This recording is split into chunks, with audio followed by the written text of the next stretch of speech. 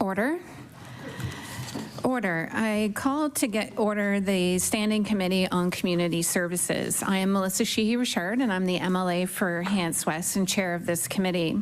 Today, we will hear from presenters regarding support for low-income Nova Scotians and the impact of inflation. Just a reminder for everyone to turn their phones on silent, and in case of an emergency, we will use the Granville Street exit and walk up to Grand Parade. I would now like to welcome committee members to introduce themselves, beginning to my left with MLA White. Thank you, Chair. My name is John White. I'm the MLA for Glace Bay and Dominion. Thanks. Good morning, folks. Larry Harrison, MLA for Colchester, Musquodoboit Valley. Good morning. Danielle Barcos, MLA for Chester St. Margaret's, and thank you for being here today. Good morning and welcome. Tom Taggart, MLA for Colchester North. Lisa LaChance, MLA for Halifax, Little Sable Island. Good morning, everyone. Happy New Year. Susie Hanson, MLA for Halifax, Needham. Good morning. Laura Lee Nickel, MLA, Cole Harbour, Dartmouth. Good morning. Carmen Kerr for Annapolis. I also would like to note the presence of Legislative Counsel Aaron Fowler to my left and Legislative Committee Clerk Tamara Nusabi to my right. Supports for low-income Nova Scotia and the impact of inflation. I wanted to welcome the witnesses here today and ask them to introduce themselves, beginning with Deputy Minister MacKinnon. I don't know if there we go. Melissa MacKinnon, Deputy Minister of Community Services. Good morning. Ms. Knight. Good morning. Joy Knight, Executive Director, Employment Support and Income Assistance. And Mr. Jennery. Good morning. Nick Jennery, Executive Director of Feed Nova Scotia. At this time, I would welcome Deputy Minister MacKinnon to bring her opening remarks. Good morning. Joining me today is Joy Knight, Executive Director of Employment Supports and Income Assistance, and my thanks to Mr. Jennery for being here to discuss this important issue. There's no question that the cost of living is a challenge for many. Rising food costs and inflation are part of an interconnected series of issues that are putting pressure on Nova Scotians every day. Many of the factors creating these issues are complex global problems that societies all over the world are facing. But even if these issues are bigger than our province, Nova Scotians are very vulnerable to the effects, especially given these very challenging few years. We need to work together across government departments, with the private sector, volunteers, and with our community partners to make sure people have access to the supports they need. We're fortunate to have dedicated partners like Feed Nova Scotia working alongside us in this effort. One of our main goals as a department is to help our clients develop increased resiliency and self-sufficiency. And we recognize that as the economic landscape shifts, the way people access supports is also changing. A key focus for our department is ensuring our work aligns with these changes and that community organizations have the resources they need to help people at the local level. Over the last few months, significant investments have been made to increase supports to people with disabilities, families with children, to address and prevent homelessness, develop supportive housing, and reduce food insecurity. Government recently announced a new funding stream to support income assistance clients with a disability or serious medical condition. Beginning in May, the Income Assistance Disability Supplement will provide an additional $300 per month to eligible people on income assistance who are not currently in the Disability Support Program. This investment will benefit more than 60% of individuals currently receiving income assistance. Government has increased the Nova Scotia Child Benefit, and the department is currently rolling out the PATH program, a $3.9 million investment geared to financially support young people leaving the care of the minister to better position them for adulthood. We're also creating 15 new youth outreach worker positions who will provide day-to-day living supports such as finding and maintaining a suitable place to live, teaching skills required to live independently, and providing opportunities to build supportive and safe connections and attachments in the community. A new Youth Outreach Plus program will offer intensive clinical supports for youth with complex needs, and the last budget invested an additional $6.2 million to improve and expand employment support programs. With the current affordability challenges and more Nova Scotians struggling, well beyond those who are clients of community services, many of the levers and supports for low-income Nova Scotians exist outside of the department. rent supplements, increases to the seniors care program, the heating assistance rebate program, school lunch programs, food carts through agriculture, expanding broadband, accessibility and community sport and recreation supports through communities, culture, tourism, and heritage, and many programs and services through community partners like libraries. Government has provided an additional $7 million in funding in the last 6 months to food banks and food security organizations across Nova Scotia. And as you'll hear from my colleague, Mr. Jennery, the need has never been greater. We also know that poverty, income inequity, and systemic racism are some of the fundamental drivers of food insecurity. To help address this, we've funded partners to create community-led food networks in Eskasoni, Cumberland County, and East Preston. These pilots are part of the department's efforts to better understand what works best in addressing food insecurity more holistically, recognizing that food insecurity doesn't exist in isolation of other needs and challenges. Government has also provided Nova Scotia's 26 family resource centers with $100,000 each to support food-related needs of families.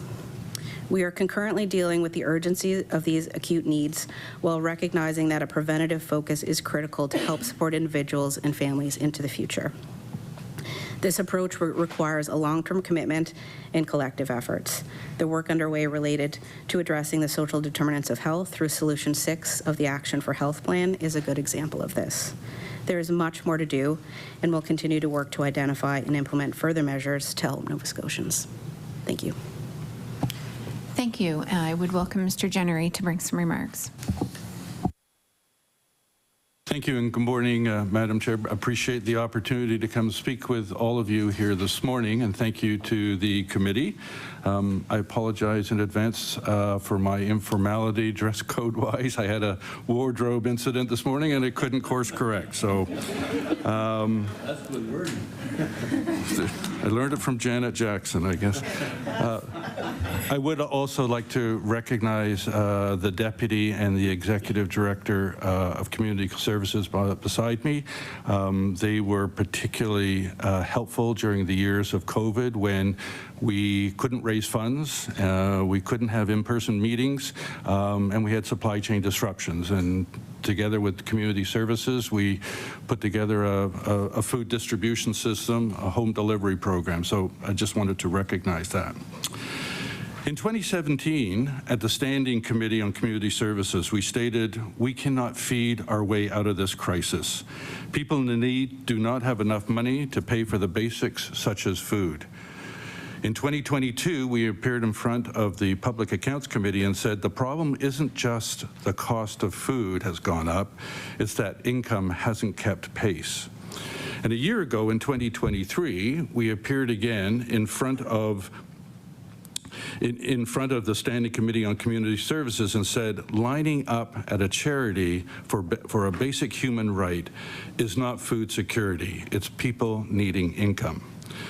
So we've been sounding the alarm for many years, and here I am again today telling you that 2023 was another record-breaking year for food banks in our province. We've seen a 26% increase in food bank usage across Nova Scotia during this past year. Some regions are being completely overwhelmed. Cape Breton food banks, for instance, have seen a 50% increase year over year in the number of people that they are serving, 50%. 77% of food bank clients listed the high cost of housing and food as their reason for needing support. And this has increased from 48% just 2 years ago. We've also, from Feed Nova Scotia standpoint, increased the amount of food that we are distributing by 28%. This last month in December, we distributed almost 260,000 kilograms of food. It was an awesome effort by both staff and volunteers just to try and meet the demand. Food banks across the province are being faced with a difficult choice of either giving out less food or turning away new clients. But as we all said before, telling government that food insecurity in our province has reached new highs is not new. People need more income and affordable housing to live a healthy and dignified life. We've been explaining the root causes needing to be addressed before we can see any improvement in the quality of life for Nova Scotians. So my question today is, what do I need to say to all of you for there to be real measurable action taken to reduce food insecurity in our province? We are too focused on outputs and not outcomes. There's a program is launched here, a one-time top up over there. Even in our own case, we're measuring kilograms and funds raised. But when you look at people, that's the outcome. That's what we all need to focus on. So what numbers do I need to provide you that you haven't seen already? How many more times do we need to be invited before the standing committee to say that charity is not the answer? Nova Scotia is the only province to have received an F grade on the Food Banks Canada Poverty Report, which pointed out that we haven't had an updated provincial poverty reduction plan in place since 2009. We've seen one-off payments, we've seen tax benefits, we've seen government support programs, but they're not keeping up with inflation. And they're certainly not keeping people off the streets or out of the food banks. Thousands of Nova Scotians are being forced to live in inhumane conditions and rely on the goodwill of their community to survive. And the numbers that I shared with you in the two-pager and the numbers that we're talking about now, this is not the majority of people who are food insecure, because the majority of people who are food insecure, many of them have lost hope. They're isolated, they're disconnected from community, they don't put their hand up for support, they don't walk in through the doors of a food bank, and frankly, those are the people that I'm most concerned about. The Action for Health Plan includes a directive to prioritize and collaborate across government to address the social determinants of health. We are 2 years into the rollout of this plan and have yet to see any real prioritization or collaboration in addressing inadequate income, long recognized as the primary determinant of health. We haven't seen any indication of measurable, time-bound plan for how we start to reverse the disturbing trend of double-digit increases in food bank use every year. What I did see during the holiday period is Nova Scotians, communities, individuals, and businesses.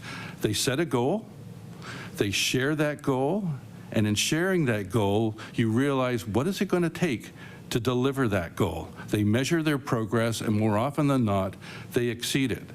We saw it in affectionately called Kobe North, where they set up some Santas on the front yard, and as my colleague over here would know better than I do, and they set a goal of $500, and then it was $5,000, $10,000, and it's now $41,000. But to me, this is something that we all should look at and take some inspiration from in setting a goal that everybody can align around, so that all of us, charities, businesses, individual Nova Scotians, government, can determine what part do they play in reaching that goal.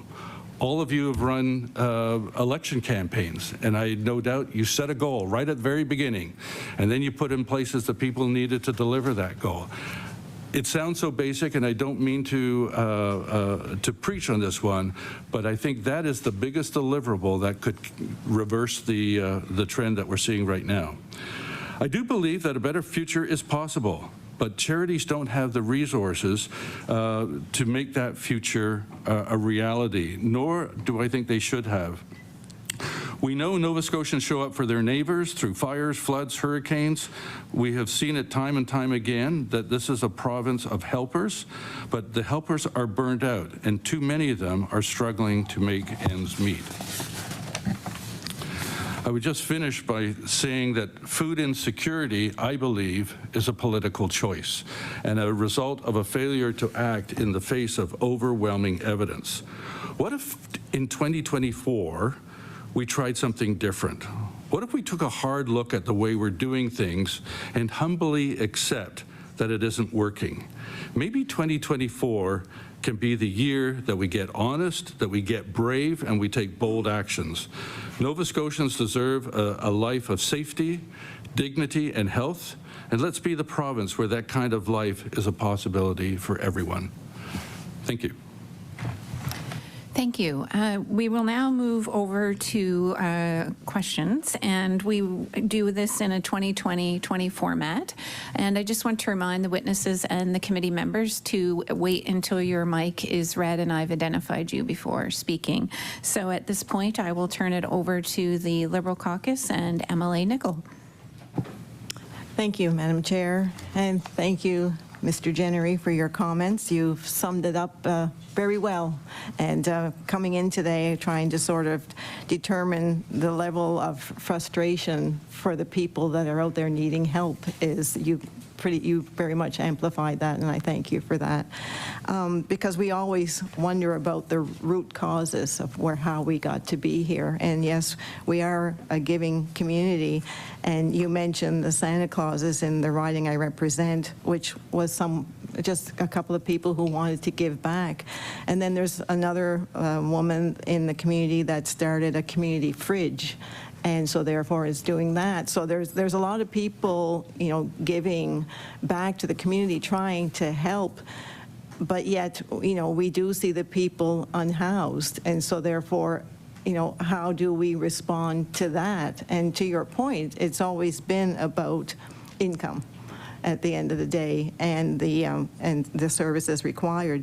But so to you, I would like to ask, so in your last year's budget, which you basically repeated today, that you laid out some staggering numbers, how many people are impacted by food insecurity was 17.7% of citizens, or 1 in 6 households, are food insecure. And so we know the cost of living has continued to rise more and more. People across the province are struggling. The staggering number of around 77% of the people visiting food banks. We are hearing it in our communities. As I said, the cost of rent, food, heating, and now another 7% increase on power bills is affecting many Nova Scotians. So could you talk more about the cost of living directly impacting Feed Nova Scotia and the people that you interact with every day with regards to the pressures that they're feeling? Because it's paying the other bills that they can't afford to buy food, et cetera. Mr. Jennery. Thank you for your question. I think that if you look at some statistics, such as when we register people at the 82 food banks where we monitor the stats, we ask them such questions as, what's their primary source of income? And what we have noticed that where 16% in 2019 identified employment as their primary source of income, that 16% is now 21%. So despite having employment, it's not enough to make ends meet.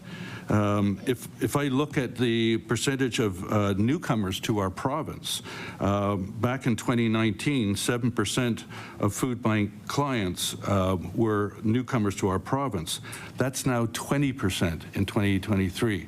So all these stats, indicate a concern, and you don't have to, it's not difficult to do the math. If you're on income assistance, which my colleagues to my right can explain it better than I can, and then you subtract from that rent and utilities, maybe some basics such as medications and things like that, you don't really have an awful lot of money left over. And what we do see is that people's food budget becomes a discretionary line item, as opposed something that frankly I think should be a fixed line item, because we will never get healthy communities until we have people in a healthy state. MLA Nicol. And as we know, again, to Feed Nova Scotia, you talked about how many clients you have are single people on income assistance. And then you also mentioned that the most in need are all the people that you find in isolation that don't ask for help. And that was always my concern. Some people, for various reasons, their pride, their being humble, always felt that they could be resourceful and look after themselves. How do you factor in or figure out how many of those people are out there in need, but that that you are concerned that they're in isolation, that they're most vulnerable?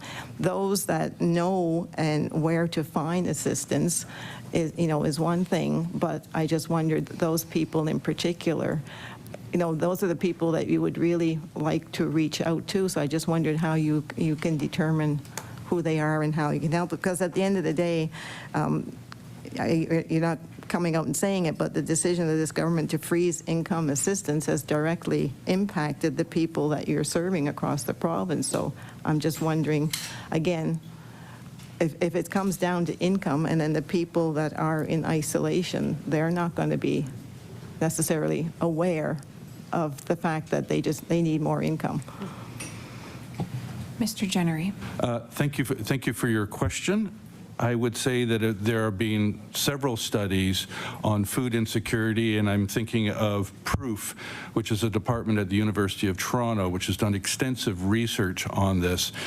They identified that the majority of people who are moderately or severely food insecure will not reach out for help from food banks, shelters, meal programs. I would temper that a little bit by saying that during COVID, when we saw a lot of people not having access to food, it became less of a stigma. There was less judgment involved, and I think we're still seeing that a little bit today, that it shouldn't be the embarrassment and the shame and that feeling of being judged as perhaps it was 3 or 4 years ago. So hard to estimate it, but I think you're safe by saying if we're supporting 55,000 individual Nova Scotians through the network that Feed Nova Scotia supports, there's at least another 55,000 that have not reached out for help. We also experienced during the first 2 years of COVID, when, thanks to the support from the Department of Community Services, we set up this home delivery program. There were many more people, new people, that found that experience to be less stigmatizing than going to a traditional food bank. So there is a shift in attitude. But I would still say we're only looking at 50% of the numbers here. MLA Nicol. Thank you. So I guess to cut to the chase, I'm going to go to community services and ask, so one of the most universal ways to help low-income Nova Scotians during this cost of living crisis would be to increase income assistance.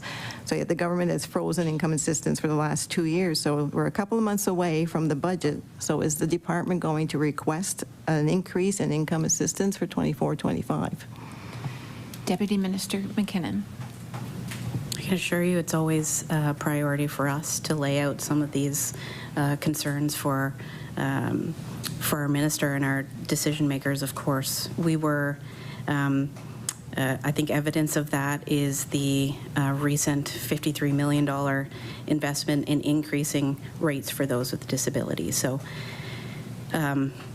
that means that over 60% of income assistance clients will receive an additional $300 a month. That's individually, not per household, starting in April. So the minister made that announcement last month, and anything else would be considered through the budget.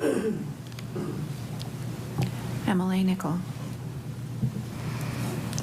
I'm not going to give my opinion on that response, but I just wanted to, I know that you're always going to try, but I guess I'm trying to get a commitment that you will be asking for an increase in income assistance in 23-24, because as Mr. Jennery said, income hasn't kept pace.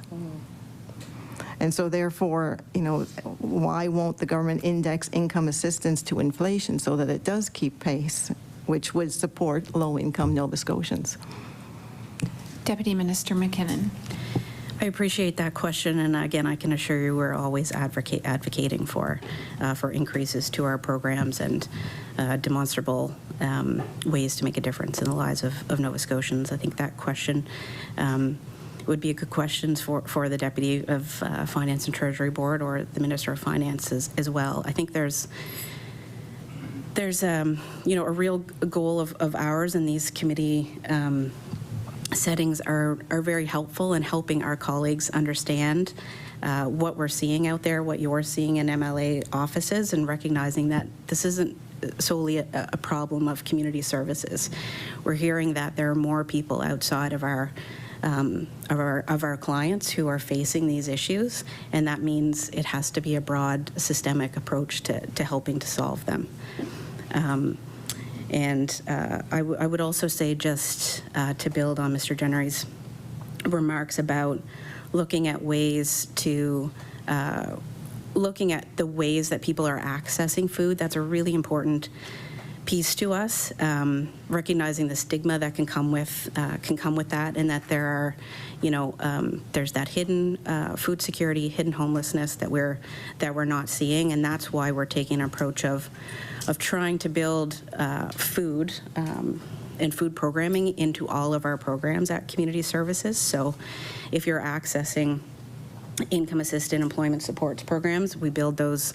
You have access to food. If you visit a family resource center, you have access to food. You may be there for another reason, but if you're there and you need food, you get it.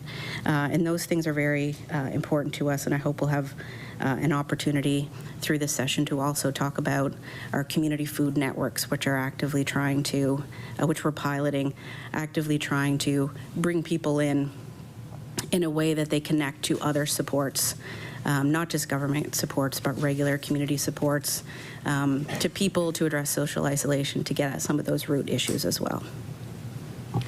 MLA Nicol.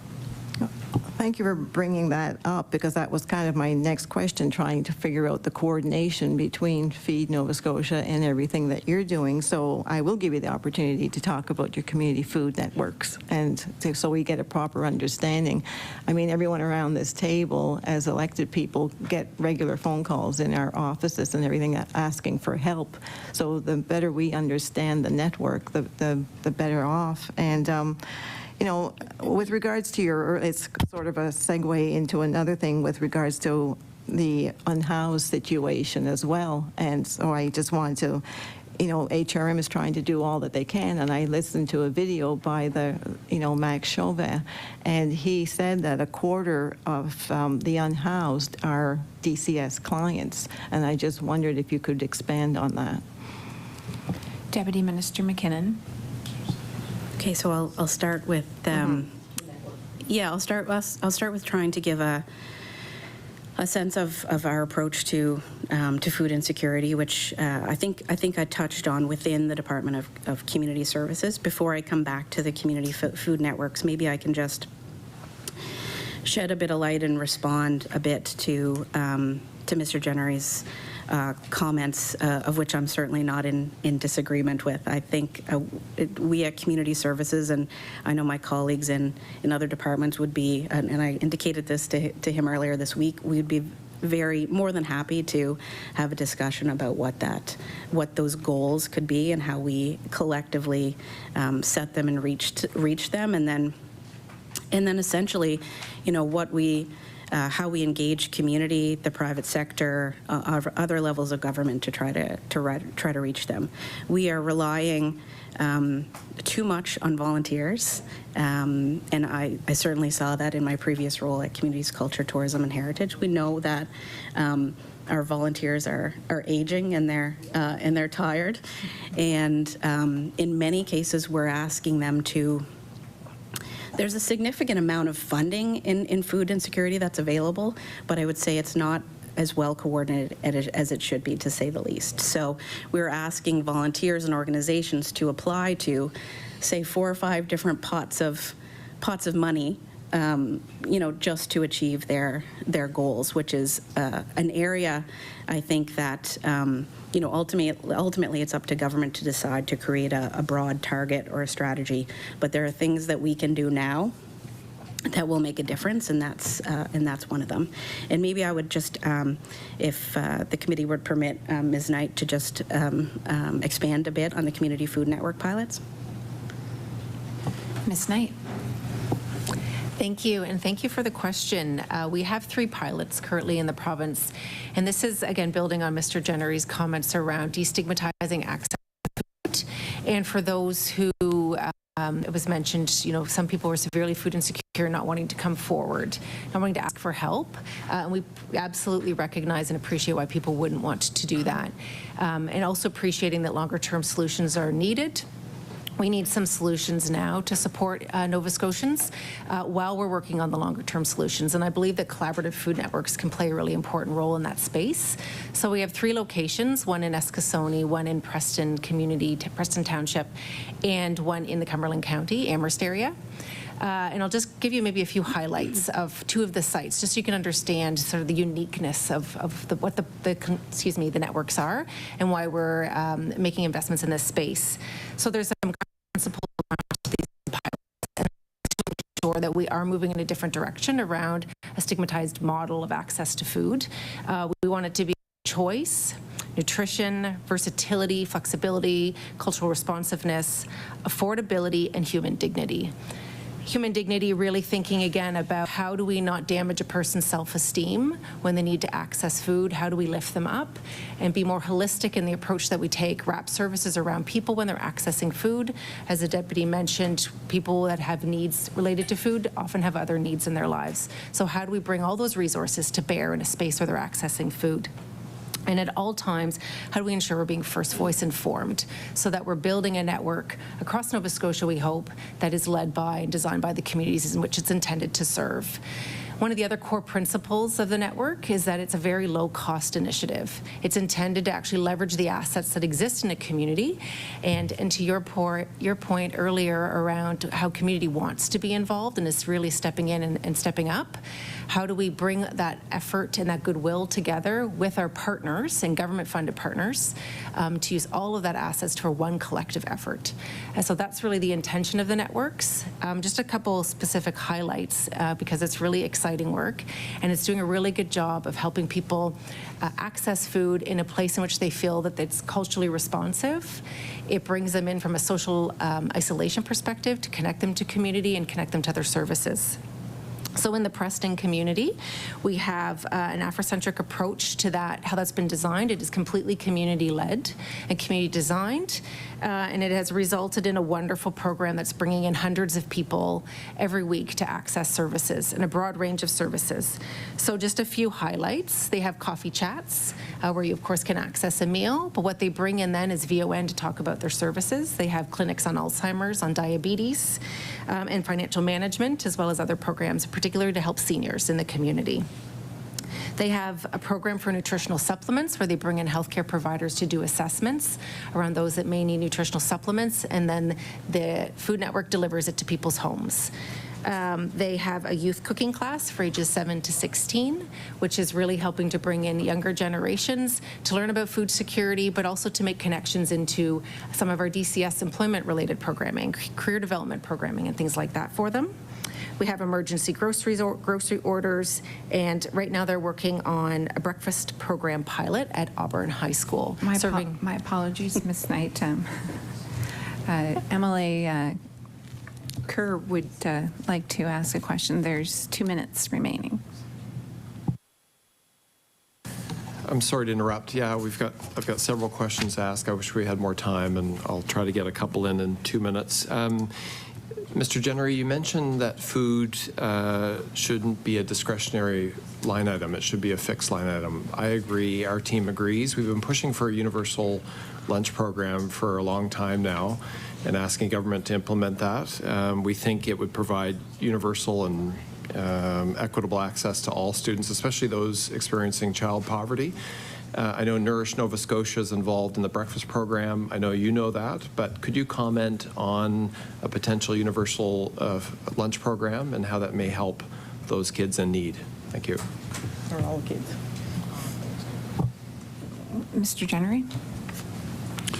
Thank you for your question. I would support pretty much any initiative that increases access to food, particularly for the kids that we see. I mean, a third of the people going to food banks are kids under the age of 18. We also have food banks in our network that discreetly deliver food to schools, to the teachers to be discreetly distributed, because there are some kids that just don't have food. And teachers are all too aware that, kids can't learn and listen if they're hungry.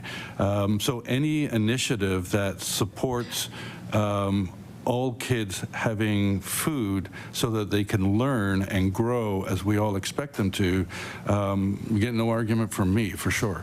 I would like to see something coordinated, something, cost effective, as opposed to a little bit of the piecemeal approach that we're seeing around the province, because I think there are efficiencies to be gained if we do that. Order. Perfect timing on the answer. We will now move over to the NDP Caucus, and I believe MLA Hanson. Yes.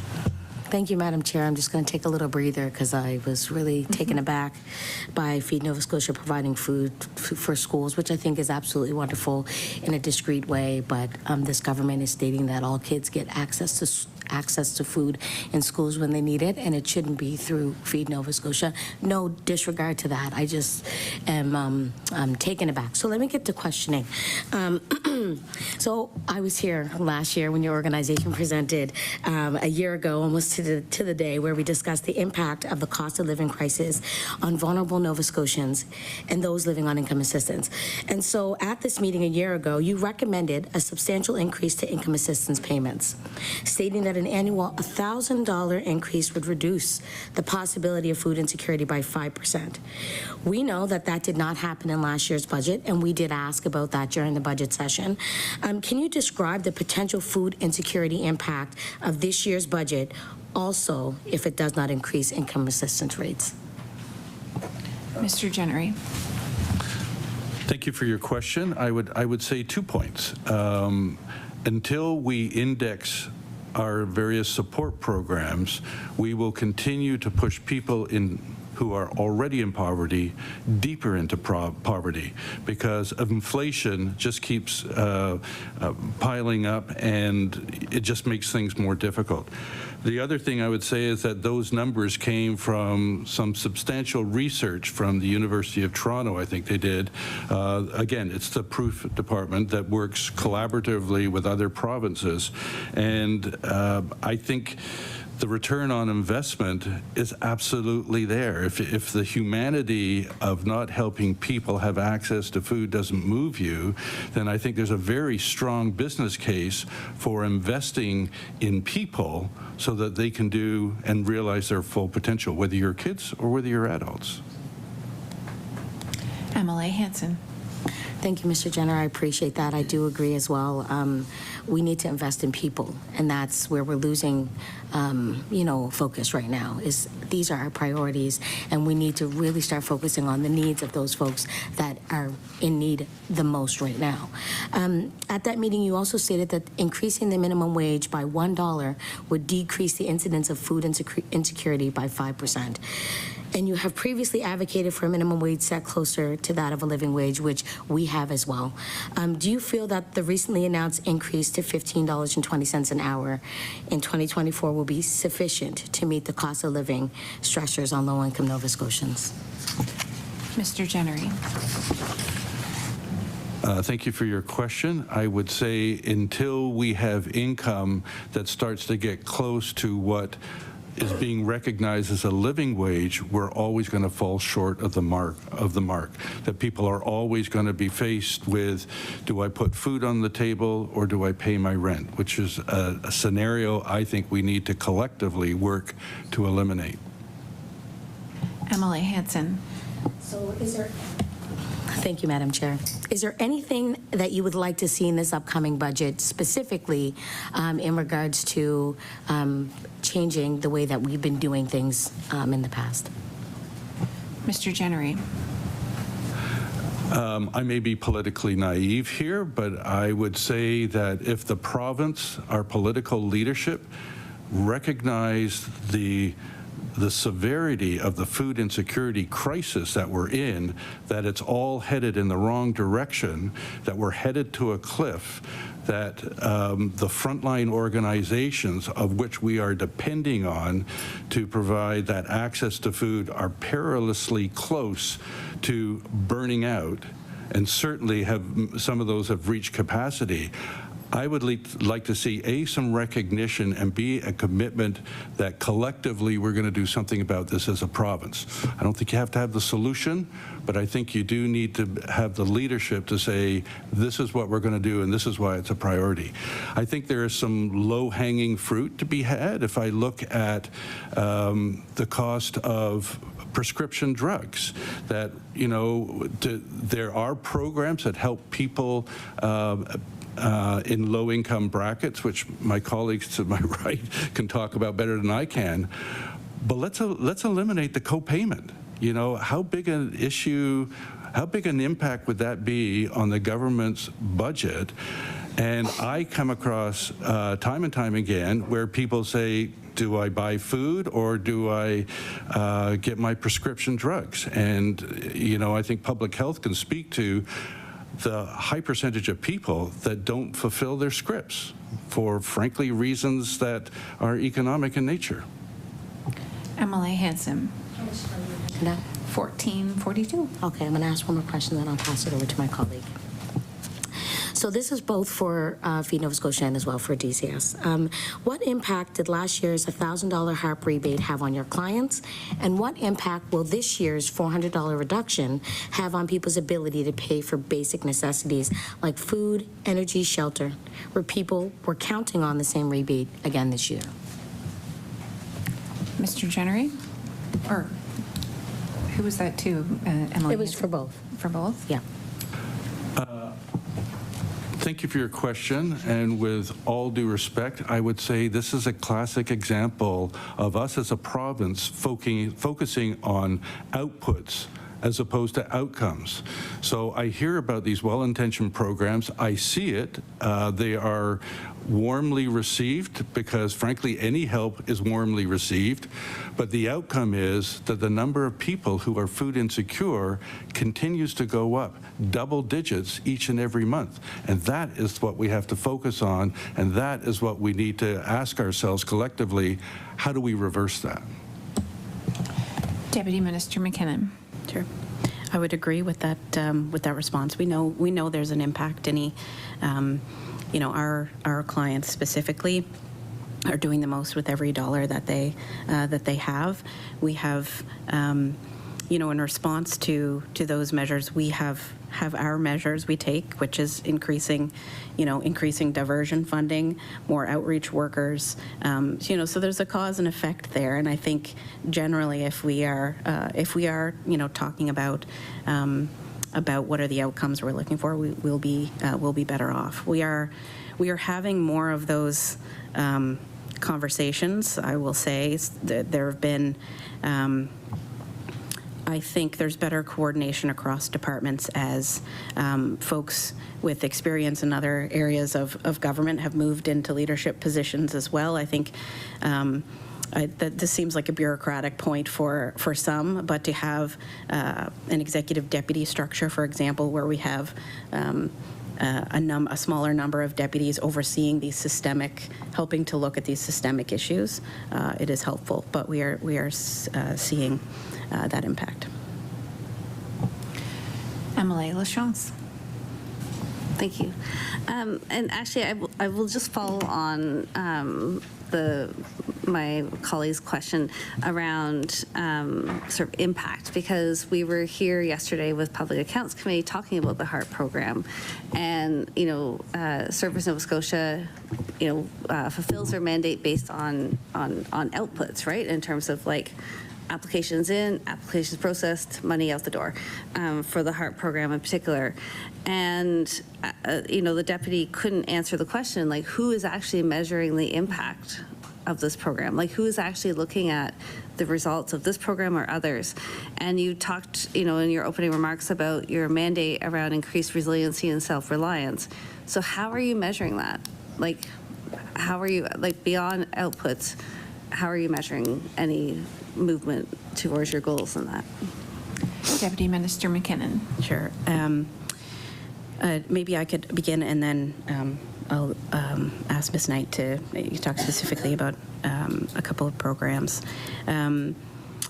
I think, well, we certainly build evaluation and metrics into each of our programs. So for some, it's more evident than others. It's the number of people housed, it's the number of people attached to work, but there are also more complicated metrics than that. Through our family resource centers, our programming is uptake, the in foster care, number of children kept with families. So we have metrics associated with each of our programs. I think specifically around the food piece, there's distribution metrics, but to our earlier conversation, there's a need, and I think would be a welcome conversation around collective goals, because some of our distribution just recently in the additional $5 million that we were allocated around food security, I wanted to be sure to cross-reference that with communities, culture, tourism, and heritage, for example. They have food funding that goes out to community groups. So we also provide metrics on a monthly basis through the Office of Planning and Priorities, who track every mandate item that's reported on. But I'll ask Ms. Knight to get into some specifics around a couple of programs. That's okay. Ms. Knight. Thank you. So it is a criteria and requirement for us to have an evaluation framework around all the programs and services that we deliver. And that's because we need to get at, is the program working? Do we need to pivot? We want to be flexible, iterative in what we do. We always want to be, as I mentioned before, first voice informed. So that ongoing engagement means that we may need to change or adjust what we do and the services we offer. And so evaluation is key, and measurement is very important to us. Getting to the point of your question around resiliency and well-being is far more complicated, but ultimately that is what we do need to understand. And so there's there's some work underway to help us get in that direction, but I would have to be honest to say we're not fully there yet.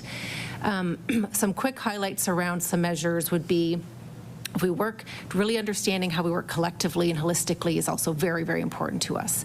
And so recently within the bridge, I think people may be aware of that initiative the government is funding with the former Doubletree Hotel in Dartmouth.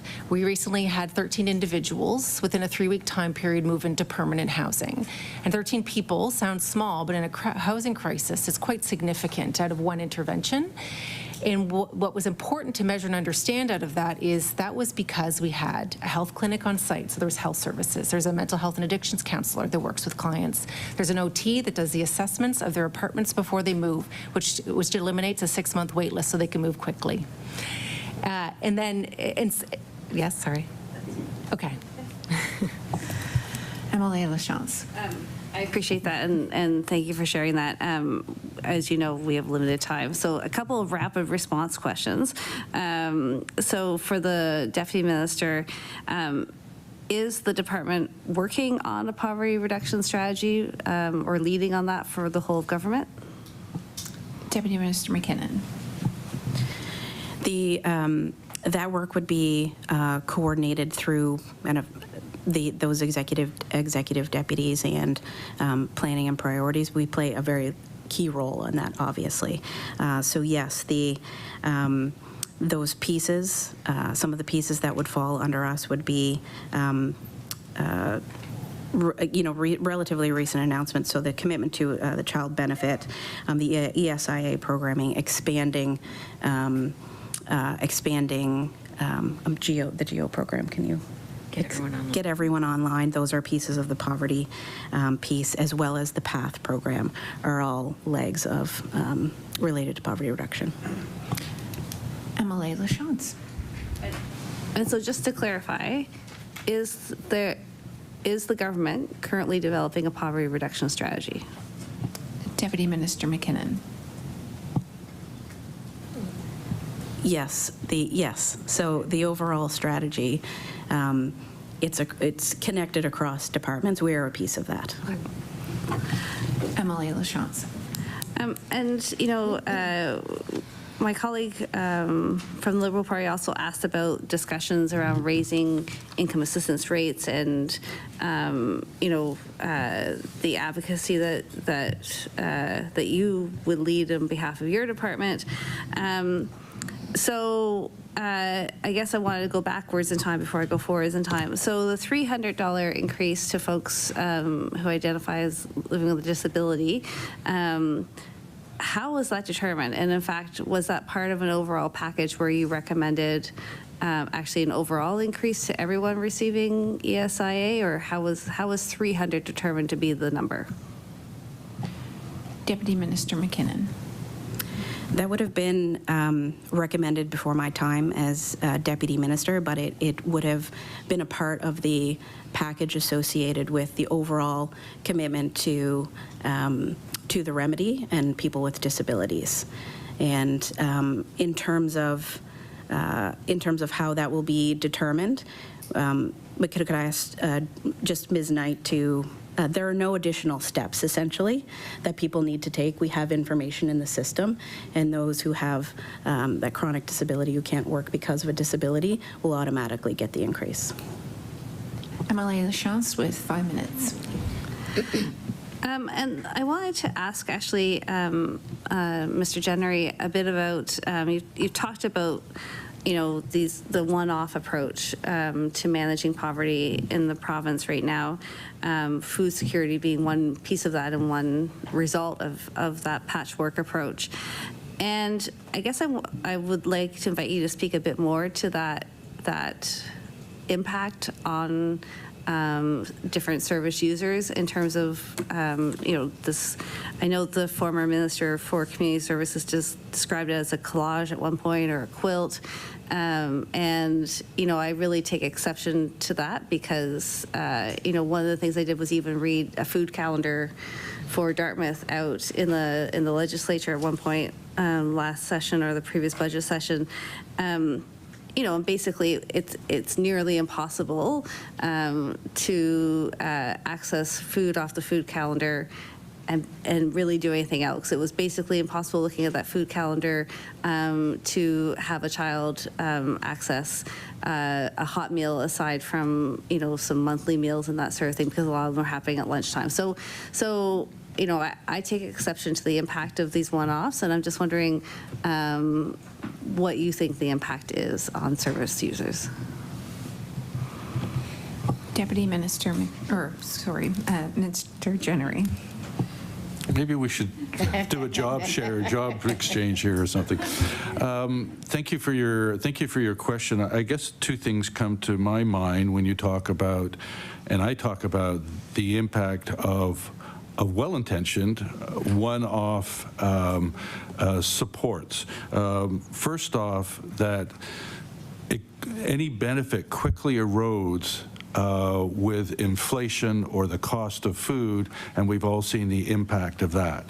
The second thing is it doesn't provide the hope that I think is desperately needed. Hope not only for those who are food insecure, but hope for those frontline organizations and charities and food banks and family resource centers that are really shouldering,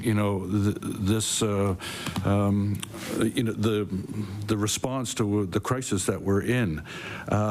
Again, to sound like a broken record, I think that if we had a goal within which this is what we're going to do and hold ourselves accountable for during this fiscal year, and this is what we're going to do the next fiscal year, people could see those one-offs as potentially an advancement towards a goal. And if we saw that an advancement toward that goal, that creates hope. I live in that world every single day.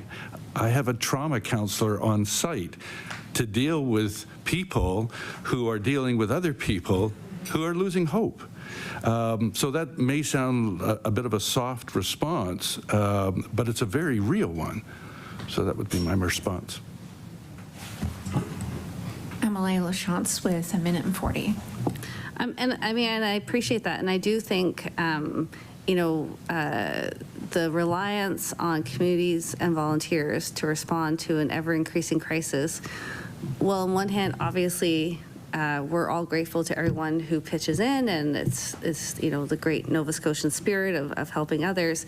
But I would agree that I'm glad in your case the organization's able to support your staff, but there's lots of volunteers who are also facing ever expanding needs. I spoke to some people involved with the food pantry here in Halifax, and it is heartbreaking work, and that has a long-term impact on people, and often people who are sort of on the edge, or I don't know if this is quite the expression I want to use, but least able to give are the folks who are like, oh, right, well, even though it's hard for me this week at the grocery store, I'm going to make sure that I also drop some things in the box or take some things to the pantry. And so I actually, I know we're not measuring this at this point, this sort of impact overall, but I think it is having an impact on not just folks who are food insecure or service users, but the community supporting them and the organizations supporting them. So I think, I don't think that's a soft point. I think that's a really real point, and it's having a really real impact in our communities. I'm going to start asking a question, but we might have to come back to it depending on time. Yeah. Okay, perfect. We will now move to the PC Caucus and begin with MLA White. Thank you, Chair. So we talked a lot about, or you touched on a couple of departments that are outside of community services that are helping to reach food insecurity. You mentioned the bridge. You mentioned Collaborative Food Network earlier. I want to go back and give you a chance to give us a little more understanding as to what other departments. I realize that's outside your job description, but I do know you're working in partnership with them. So I wonder if you could tell us a little more about what might be happening in other government departments that impact food security. If you can go back to that. Deputy Minister MacKinnon. Yeah, I think in terms of food security, so if you look at communities, culture, tourism, and heritage, they would have a community food and literacy program, and so that supports some of the community gardens that you would see.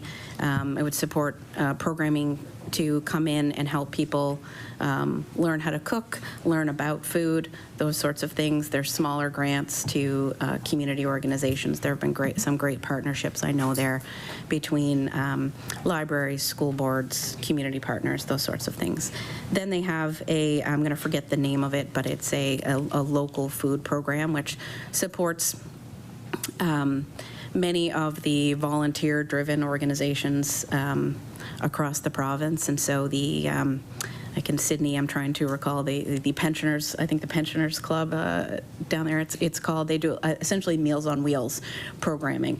Yeah, across the province, and so I believe that's a $3 million annual program. Then there are the school food programs. We are augmenting the Schools Plus programs. We know they serve a real need for those who need it most, so we're augmenting some of their funding with this recent allocation. This is a priority for agriculture, and I know they're looking, maybe Mr. Jennery at some point, if there's time, could shed some light on getting local food into many of our organizations. That's a priority for them, and they're working with education on food carts as well in school with local food, with local food. So as I said, it's these programs I think can be better coordinated. We at Community Services, because we're connected to organizations through our programs, we don't necessarily have a direct relationship with all of these hundreds of organizations, but what I would say when I do read a story about a food bank or an organization needing food, we are very happy at Community Services to be a contact for them to help them find it with our partners. We're more than happy to play that role. Emily White. Thank you. I'm going to go off script for a minute. As the director of a charity myself, we work closely with Department of Education and Department of Community Services to identify families in need.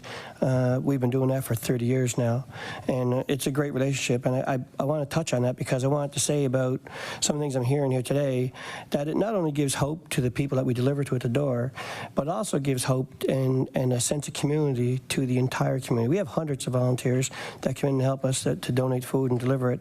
and we buy it in bulk, and we bag it, and we deliver it. I have many people who have received groceries in past years who help us bag the groceries and deliver it to someone else before taking their own at the end of the day.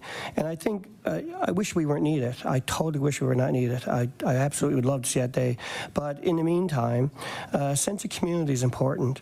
We need to know to stand up for each other. We need to know what others are going through. And we need to get outside of our own heads sometimes in different space. And I think that the community events that are out there, the community organizations, offer that opportunity for people to have an entry point into seeing what's going on and to build their value in the community. But I also want to talk a little bit about poverty is generational. We see that very much in our own hometowns and stuff. And we talked about the need of doing things differently. Mr. Jennery's mentioned that. So can you please tell us a little more about the early intervention and prevention measures that are being implemented through Department of Community Services?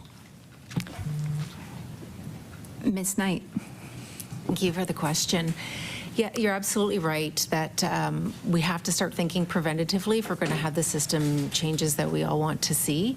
And particularly, we're very interested in our young people within community services and how we interrupt that cycle of intergenerational poverty that we see, particularly for income assistance attached families. And so there's been some significant investments over the last couple of years in this budget in particular. They've doubled the budget for youth prevention programming. And expanded it from not just young people who are attached to income assistance, but young people who are from low-income households, recognizing that the barriers they face in their lives are very similar. They have 2/3 of people living in poverty are not attached to income assistance, and they face a lot of poverty-related barriers, which would be similar to what income assistance families face. And so we are significantly expanding that programming to better support communities, and particularly through what's called the Youth Development Initiative.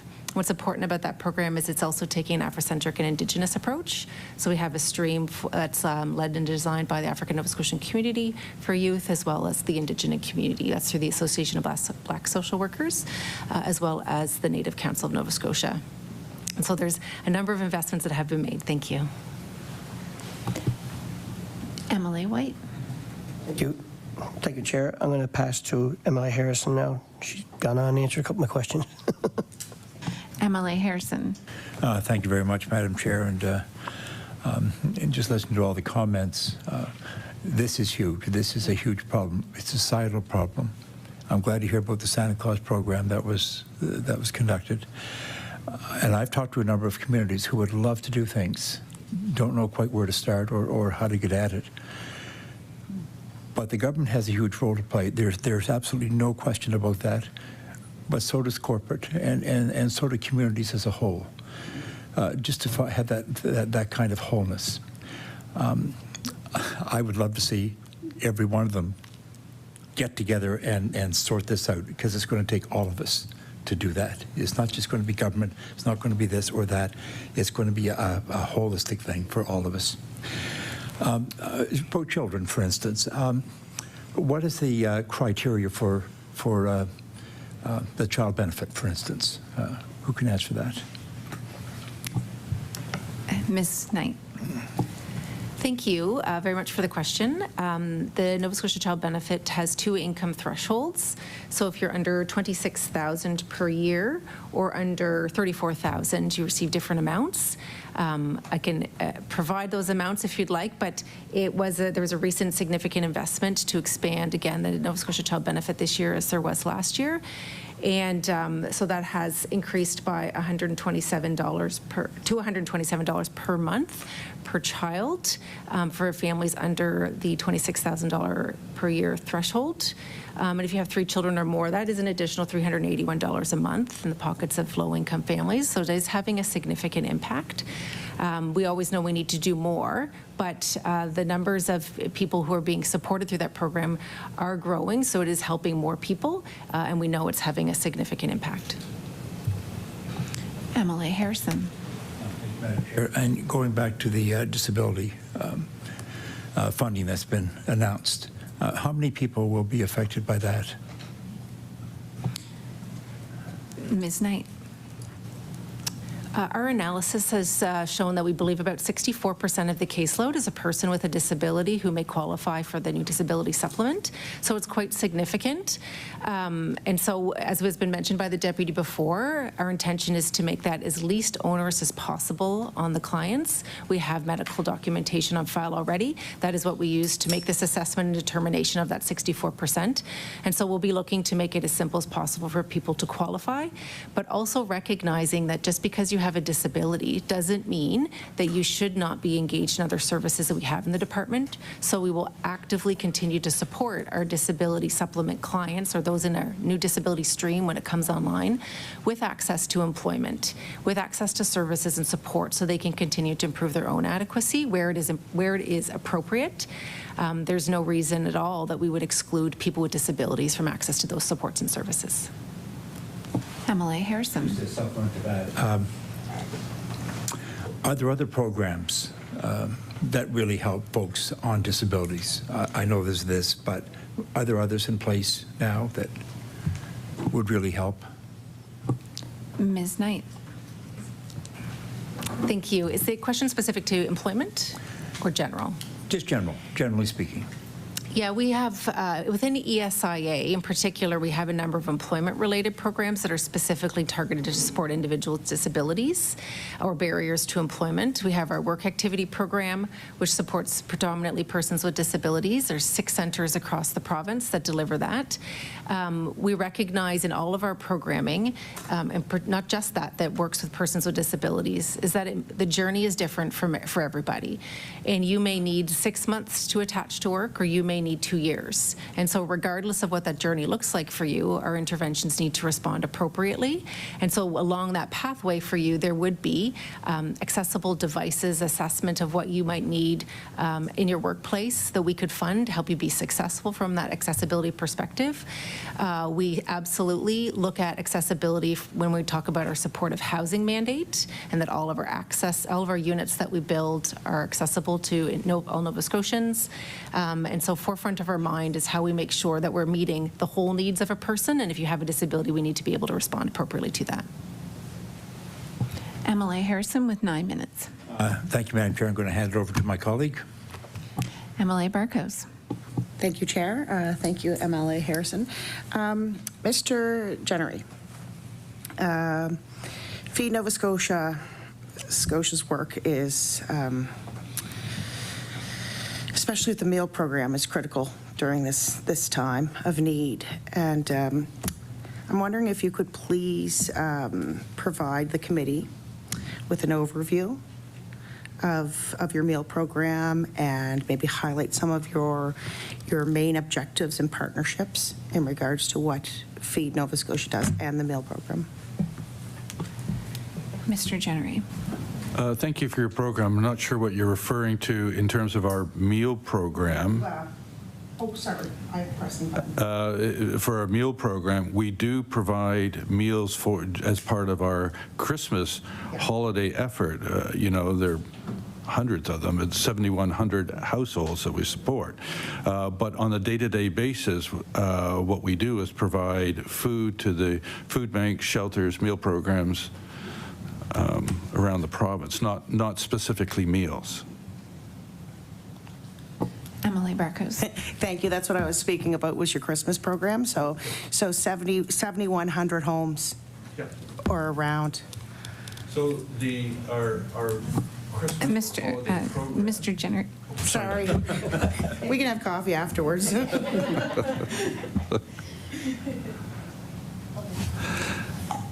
So let me just be pithy about this. Our Christmas or holiday program is a 3-month effort, something that we do in conjunction with 48 other organizations.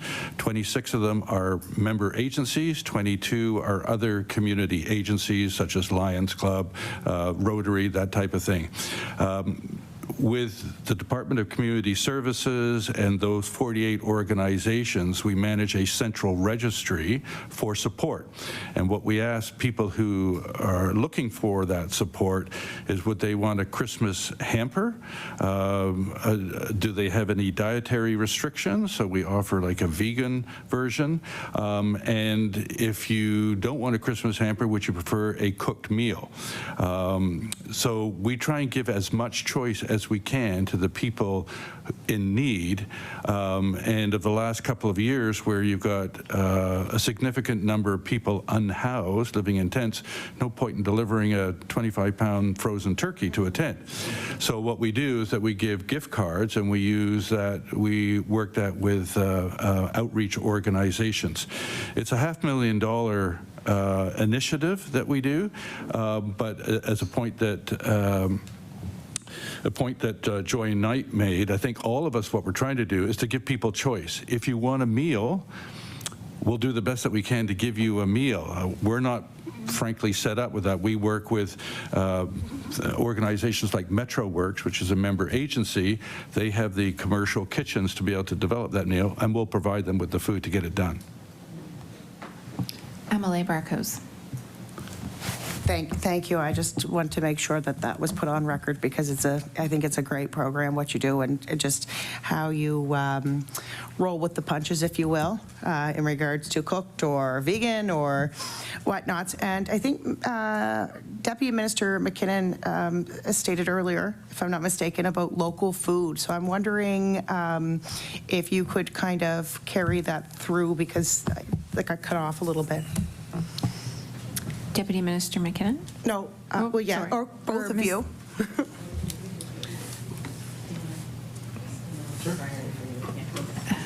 Mr. Jennery. Thank you for your question. In 2022, our procurement budget, so that is the dollars that we put in place to augment the food donations we get from farmers, retailers, community efforts of one sort or another. In 2022, our procurement budget was $1 million. We doubled that last year to $2 million, and we're probably looking at, I don't know where we'd even find the money for it, but we're going to have to do better than $2 million. We use this as an opportunity to buy the foods that are most in need. And it's no surprise that the most valued foods are fresh fruits and vegetables and perishable products. So we go to our farmers, and the farmers are nothing short of amazing in this province. Month in, month out, they're always there for us and for Nova Scotians despite the difficulties. And what we said to them, we said, don't want you to stop your donations because we really need them. But what we'd like to do is to buy the surplus food as well. And so that has allowed us to buy, it's an imperfect metric, but for instance, vegetables at somewhere around 91 cents a kilogram. You're not going to get that in a retail grocery store. So we get a really good deal. We buy locally, and more than half of our procurement budget goes to buying locally. So we will continue to do that as much as we can, frankly, because the local goods are what's most wanted.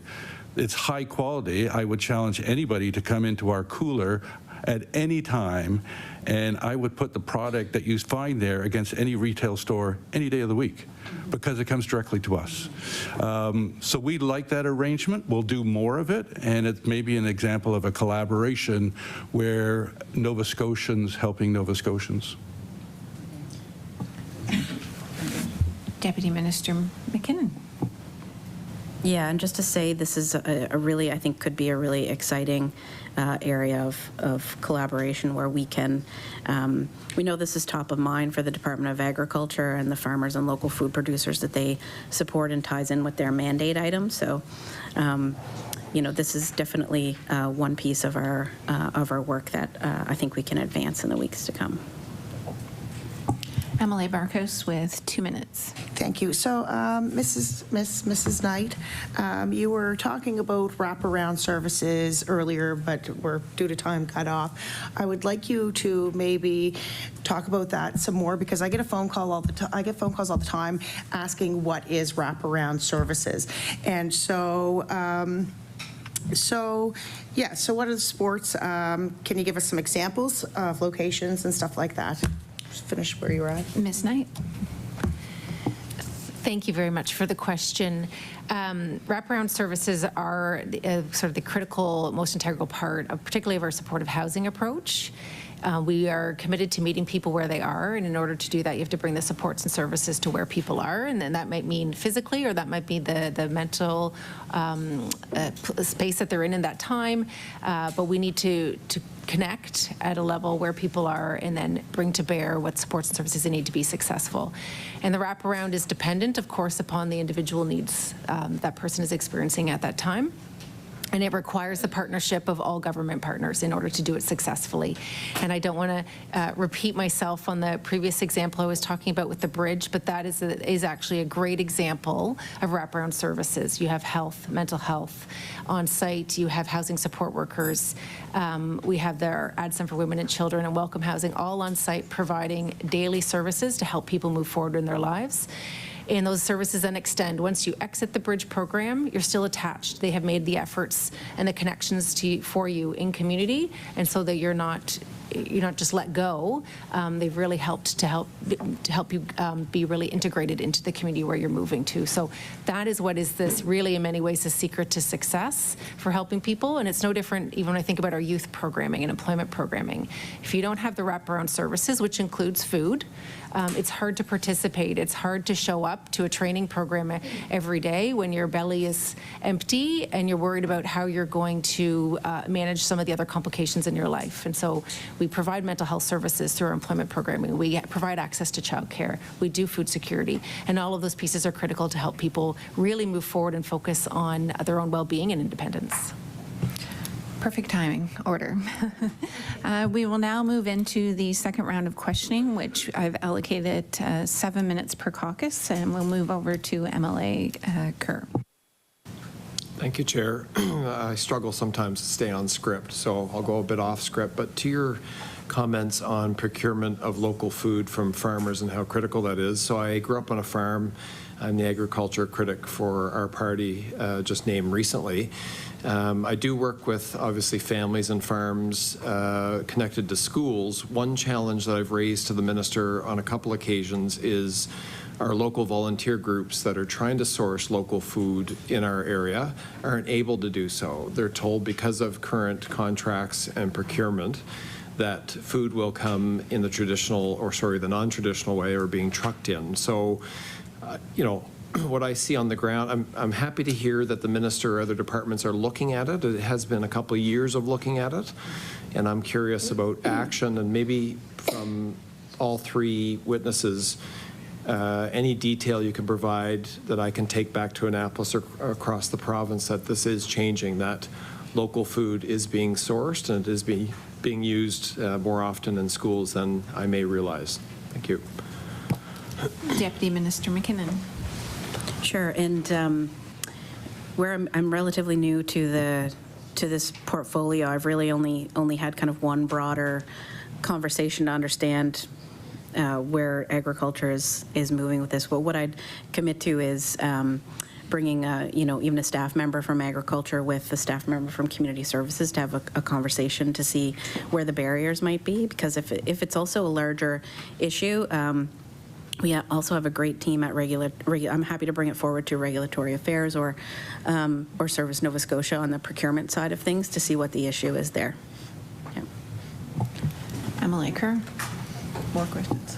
Thank you. I'll switch gears. As far as, I think, Mr. Jennery, you mentioned statistics or gathering info or specifics on those that visit our food banks. Could you, I've got a long list of seniors in my office in Annapolis that are struggling, from 7% power increase to grocery prices to rent prices and a long list of things other than that. But do you collect data on seniors and I guess, or specific groups, students as well? And if so, could you comment maybe on an increase you see on those groups visiting our food banks?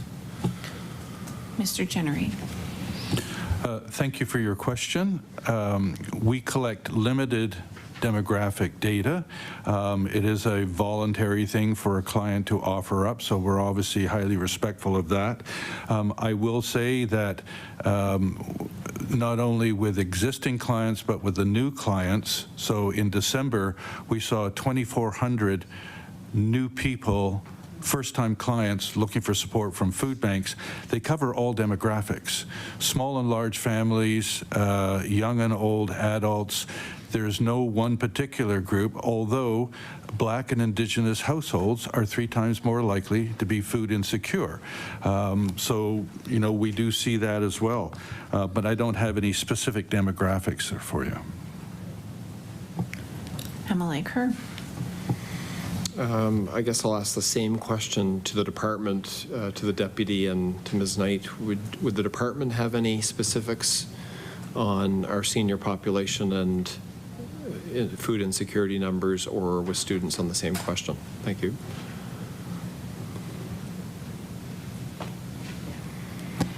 Deputy Minister MacKinnon. We'll take that away to see what demographics we might have, and just to say, support for seniors is something that obviously there's the Department of Seniors working on programming, but in the area of food security, I know that's one of the audiences that CCTH works with the Department of Seniors. Many, as you know, seniors volunteer groups in that space, and they may have some data as well. MLA Kerr with 2:30. Thank you. I wanted to thank the Deputy Minister for that. I guess to feed Nova Scotia, Mr. Jennery, community members play a huge role in delivering on food insecurity issues. That's in Annapolis and across the province.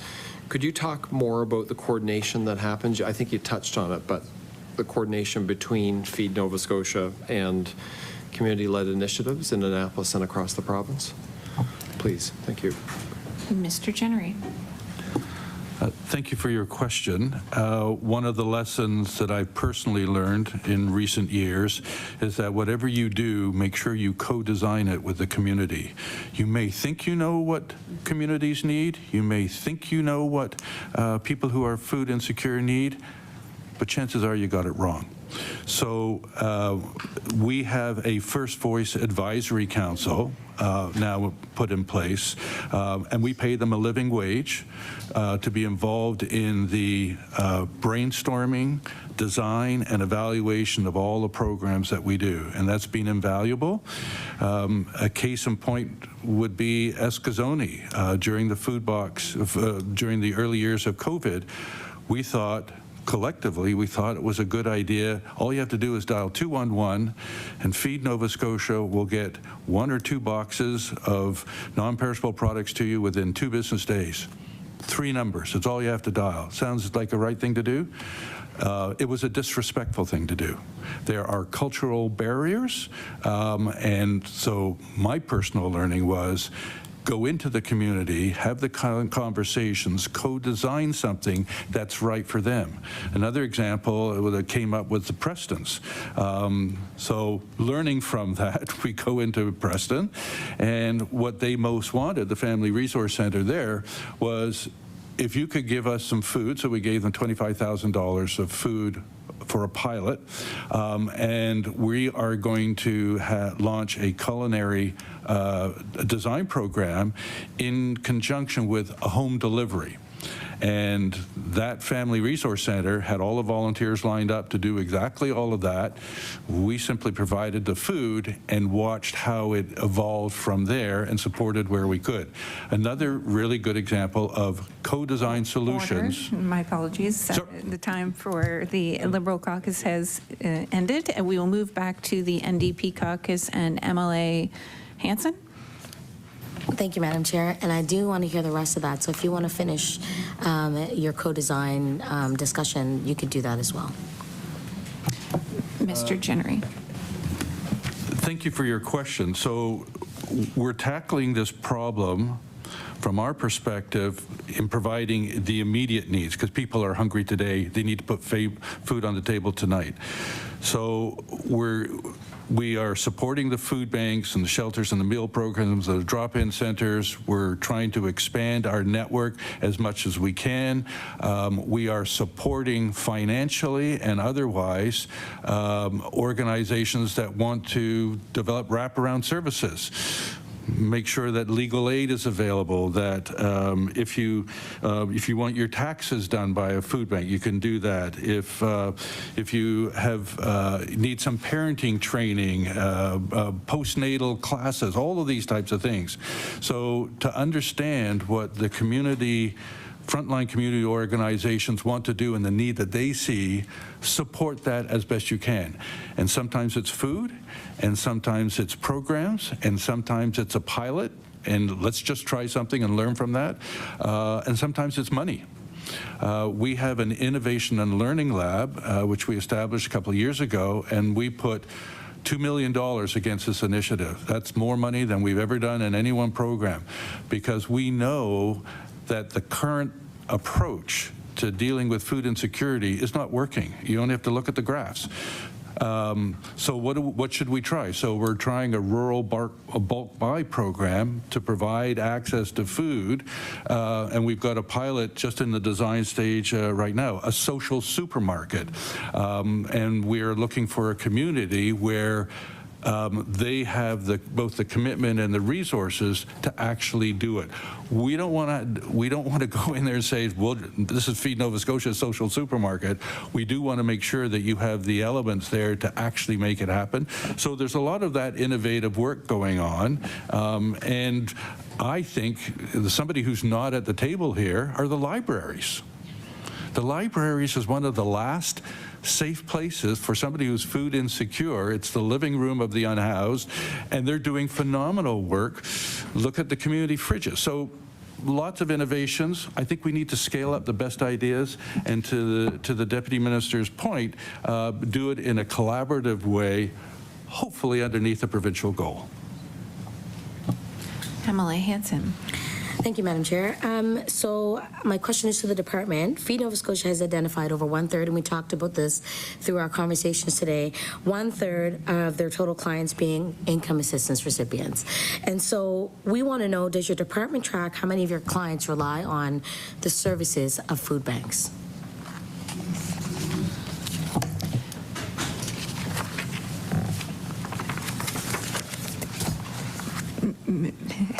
Is it Ms. Knight? Thank you. No, unfortunately, that's not something we're able to track.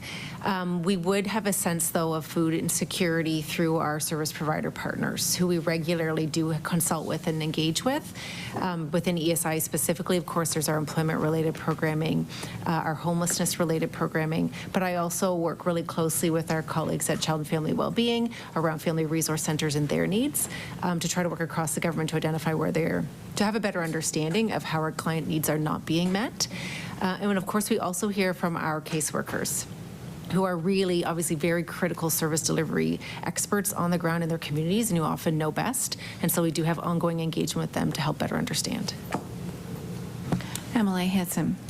Madam Chair, and I think that those are all key pieces, having people on the ground, service providers, volunteers, community groups, helping to help others is key, which also gives us data to know that there are X amount of people that are in need. So I think that's really, really, really good knowledge to have and be tapped into, so that we can do the best work that we can here around the table, where we can make these decisions, because, you know, and what I'm hearing is that the numbers are just growing. So if the numbers are growing of people that are accessing food banks, or who are in need, or who are living in poverty, then as to your point, it's we need to look at it differently, and we need to do things differently. And I think, you know, a lot of the services and the programs are necessary, absolutely. But where does it go to where we don't utilize those services enough because people are actually being able to be taken care of or take care of themselves in ways that don't actually take from, you know, the volunteership and take where they can enjoy being a volunteer and not be, you know, overburdened sometimes with the trauma that we see in community with, you know, poverty and the lack of food and with the cost of living and inflation and all of these things that come along with that. So when do we get to that point? Which is why I want to ask, you know, a question. We mentioned our neighbors, the unhoused, those folks that are out living rough right now. I want to know from the department, can you explain why the IA rate for someone living in a tent or in a shelter is set significantly lower than the standard rate? And is this a policy that you're considering to change that we will be seeing in this upcoming budget? Ms. Knight? Thank you very much for the question. There are a number of initiatives that we are investing in and have invested in to bring supports and services to bear for individuals who are unfortunately sleeping outside. And in conversations with our service provider partners, who I have to be really, really clear about, they are our partners. They are not funded agencies of government. They are our partners. And if we don't link arms with our homelessness sector, we will not achieve what we are trying to achieve. And so we very much respect and honor the expertise they bring forward and recognize that they are best positioned to provide the supports to people who are experiencing homelessness, and in particular, those that are sleeping outside. And so we've made some investments in a new coordinated outreach team for HRM to specifically provide more holistic, more services to individuals that need them, which would include improving their food insecurity, improving access to services to better meeting their basic needs, as well as having some really great conversations with the Office of Addictions and Mental Health, which we know is actually the largest gap in serving the population that is sleeping outside. And so we're working on some new investments in that space that is going to directly move into encampments. Thank you, and that's right on time. That completes the NDP time. I believe we're on to MLA Taggart. Thanks very much, Chair. So my questions are going to be to Mr. Jennery, but I really want to, I need to say something here.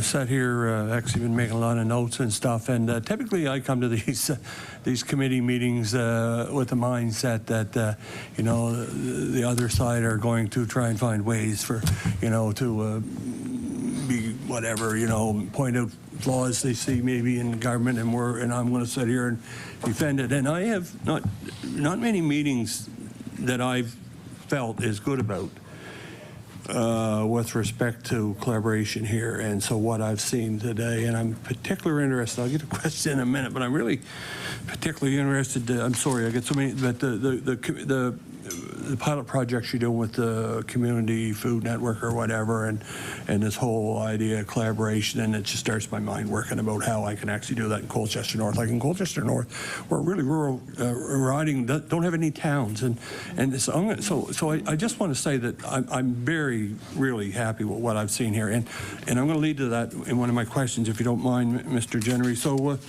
Last month, the government provided extra funding for foods to help Nova Scotians who are facing rising food costs. And how does Feed Nova Scotia determine which communities and food banks receive additional support, and how much do they receive from this investment? And so just, if you don't mind, Mr. Jennery, so I am passionate about rural communities and the idea that we don't really ever, we kind of fall through the cracks oftentimes, especially where we don't have a town or anything like that. Now, we have the town of Truro, you know, but we're quite rural. And so could you respond to that for me a little bit, please? Mr. Jennery. Absolutely, and thank you for your question. If you're a food bank and part of the Feed Nova Scotia network, we give you a program called Link to Feed. We give you the software. We'll give you the computer if you need it. We'll pay for your bandwidth, whatever it takes. And it's for a very specific reason, to make the onboarding of clients and support for them as easy as possible, but importantly, to give us a food distribution operation the information that we need. So if you're a food bank that has a lot of young families, or maybe a disproportionate number of elderly adults, elderly people, or perhaps has a lot of new immigrants. That's important information for us to know. We're not a full-line supermarket. If you come in to Feed Nova Scotia's warehouse, and I would invite any of you at any time to do that, we have a lot of variety, but we're not a full-line supermarket. As we buy more foods, we are extending all of that. So why do I say that? Is that information allows us as much as we can to deliver the types of food that you need in the quantities that we can manage. It's called a food share program. So for instance, it's in simplistic terms, if you have 3% of Nova Scotia's food insecurity problem in your riding, then we will give you, as a guide, 3% of everything that we have in a way that's co-designed that meets the specific needs of you. And that's how we get that done. The more that we have, the more that we can, more that 3% grows. But that's how it's a dynamic, but that's how we get to the graphs that were circulated to you. MLA Taggart. Thank you. So I guess I want to say that so in prep for the for this meeting, MLA White actually sent me a list of the places that you've listed as send feed to. One of them was Tatambush food bank, and so I checked, and I called the guy there, a friend of mine, and he absolutely very, very happy. And I had in my mind that you didn't go off the main road, and so clearly you do. And so in a lot of rural communities, in mine alone, I can think of 3 what we call community kitchens, that are not, although one of them is a registered not-for-profit, but are not, part of the whole Feed Nova Scotia food bank system and that. And so I've made a bunch of notes. I look forward to contacting you or somebody else. I'm actually hoping I can touch base with you just for a couple of minutes afterwards. But so I find my next question here. Sorry. What is the role, you've answered a lot of this, and I would appreciate it if the role that private sector as it relates to food security and the good collaboration. I know you've talked about that, but it's important to me to hear it, and it's in particular with agriculture. I know, MLA Kern and myself are both, pretty passionate about agriculture and the role that they play and can play here. And so could you give us a little bit more information on that, maybe? Or? Sure. Mr. Jennery with minute 28. I'll be pithy. I would just say that there are more organizations that would like to be part of our network, and there are 2 real hurdles to deal with there. One is frankly our own capacity to deliver food to more organizations beyond like the 260,000 kilograms we did in a short month called December. But the other thing I would say is that those organizations, we have a requirement that they meet certain standards around governance, around food safety, signatory to the ethical food banking code, so there's no discrimination, such as students or immigration or immigrants or any of those types of things. But in terms of the partnerships that we have both corporate and individual donors, and I really like working with the businesses because one, they understand their community as well as anybody. They know how to get stuff done. They know the importance of setting a goal, and they're not frightened about innovation and taking risk. All of those attributes works really well for me. Emily Taggart, you have 7 seconds. So when I refer to agriculture, I'm talking about people that would have food security. You know what I mean, like large farms and that sort of thing. We'll talk about it. Okay. Order. The time for questioning has completed, and I would welcome Mr. Jennery if you'd like to begin with if you have some closing remarks that you'd like to leave with the committee.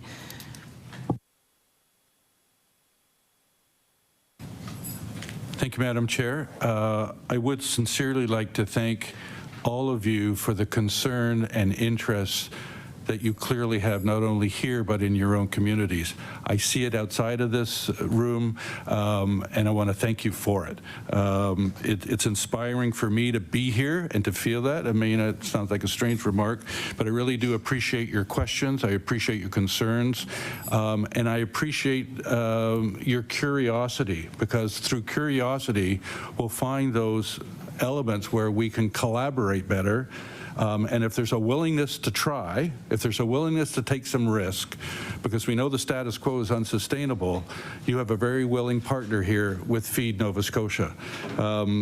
I've underscored the importance of having a goal under which all of those innovations can, I think, come together, the importance of measuring our progress in terms of those outcomes, and the respectful need to co-design any solutions and approaches with the communities involved. I look forward. I am hopeful. I'm desperate, but I'm hopeful.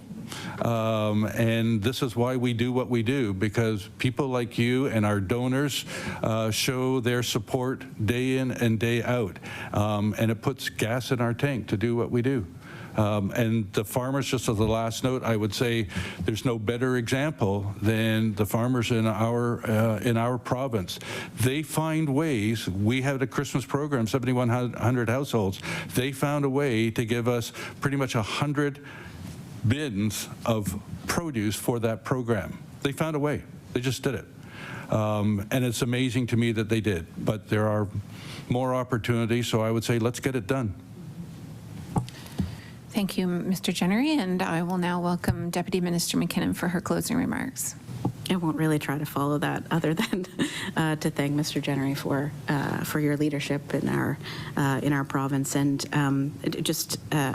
it's an opportunity every time I come here to learn from the fellow colleagues at the table, and to take your questions. And I would just put out the offer around any of those local issues that you're dealing with your constituents, where you might need to understand government services across any department a little bit better. You can feel free to reach into Ms. Knight or I and our teams, and we're happy to collaborate on those pieces. And we look forward, Mr. Jennery, to working with you in the near future.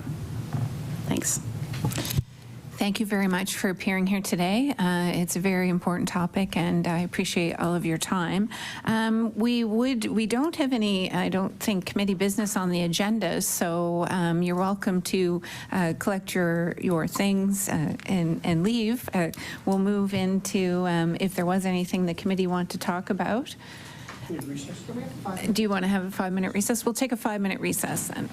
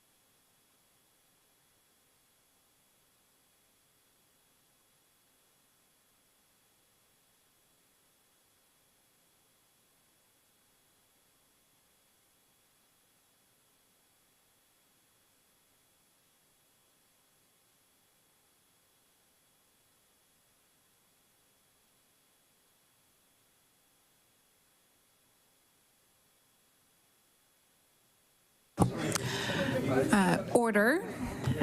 Call the meeting on the Standing Committee of Community Services back to order. So for committee business, there's nothing listed on the agenda. So we will move on to our next meeting, which is going to be February the 6th, 2024. The topic is support for community centers, infrastructure and facilities. The witness will be Department of Communities, Culture, Tourism and Heritage. And this meeting is adjourned.